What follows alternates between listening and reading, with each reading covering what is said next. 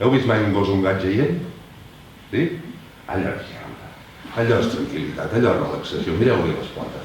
Allà no diu ni un múscul ni un tendó. Mireu-vos a vosaltres. Ara, sense ajudar-vos a gaire, només noteu la tensió que porteu, que feu a les mans, a les espatlles o a les mandíbules. Feu un exercici, perquè ho comproveu. Ara, concentreu l'atenció en les puntes dels dits. I estireu fort, com si volguéssiu que sortissin per davant. Fort, com si volguéssiu que marxessin. Noteu la tensió que hi ha a la punta dels dits? I en les espatlles? Sí? Deixeu anar. Ara esteu millor. Sí? Com que el cervell ha sobreviscut, la nostra espècie ha sobreviscut molts més anys, gràcies a les cames, a les mandíbules, que no pas gràcies al llenguatge, el sistema nerviós, ens n'adonem o no, està molt més pendent de la musculatura que no pas del que pensem. Animal muscularment tens, animal en alerta. Animal muscularment relaxat, animal tranquil. Resulta que quan estem molt tensos, consumim, gastem molt més oxigen que quan estem relaxats. I el cervell, que està pendent de tot, si li falta gaire oxigen, també s'estressa.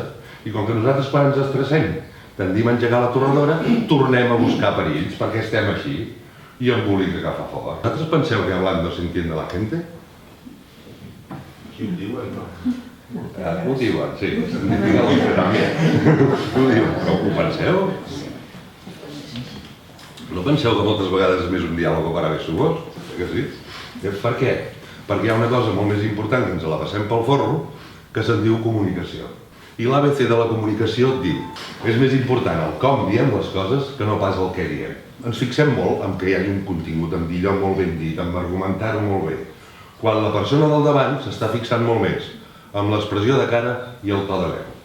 És més, si entre el què diem i el com ho diem hi ha diferència, el de davant es quedarà amb el com, no es quedarà amb el què. Carinyo, m'estimes? Sí. Ara rieu perquè sabeu que no, però ja la tenim liada. Sí? Carinyo, m'estimes? No. Com t'allumes els ulls? T'agrada més un no concís? Pel contingut? No, per la forma. Per tant, no s'entén la gent parlant. S'entén comunicant. Si una persona no t'escolta, tot el que li diguis entrarà per aquí i sortirà per aquí. El cervell no ho processarà. Si tu te la mires, aquella persona, i veus l'ostra oberta, és el moment de dir alguna cosa, i més bé d'una forma més o menys adequada.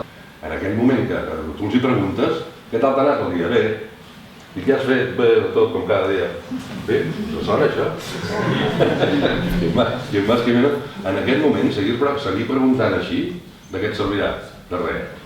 Si no es pot salvar el client, salvem el terapeuta.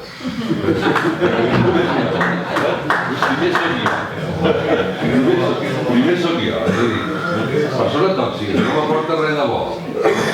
No és el cas, no. Quan algú t'està explicant alguna cosa que no t'interessa, sent educat, te'l mires, estandarditzes la teva pose, o sigui, no et bellugues, te'l mires, procurem evitar també aquest gest que estàs fent ara. Si tu, o pesat o pesades, són persones a vegades pesades. Què passa? Que fent aquests comportaments reben molta atenció. T'enfades, els hi discuteixes, els vols fer veure que no sé què, estàs picant. Però al fons estàs picant, no que vols que li facis cas. Si el pesat o pesada li vas dient que sí, pesat o pesada és pesat o pesada, però no és tonta. I vas dient que sí. A tot allò que no vulgueu, no li feu cas.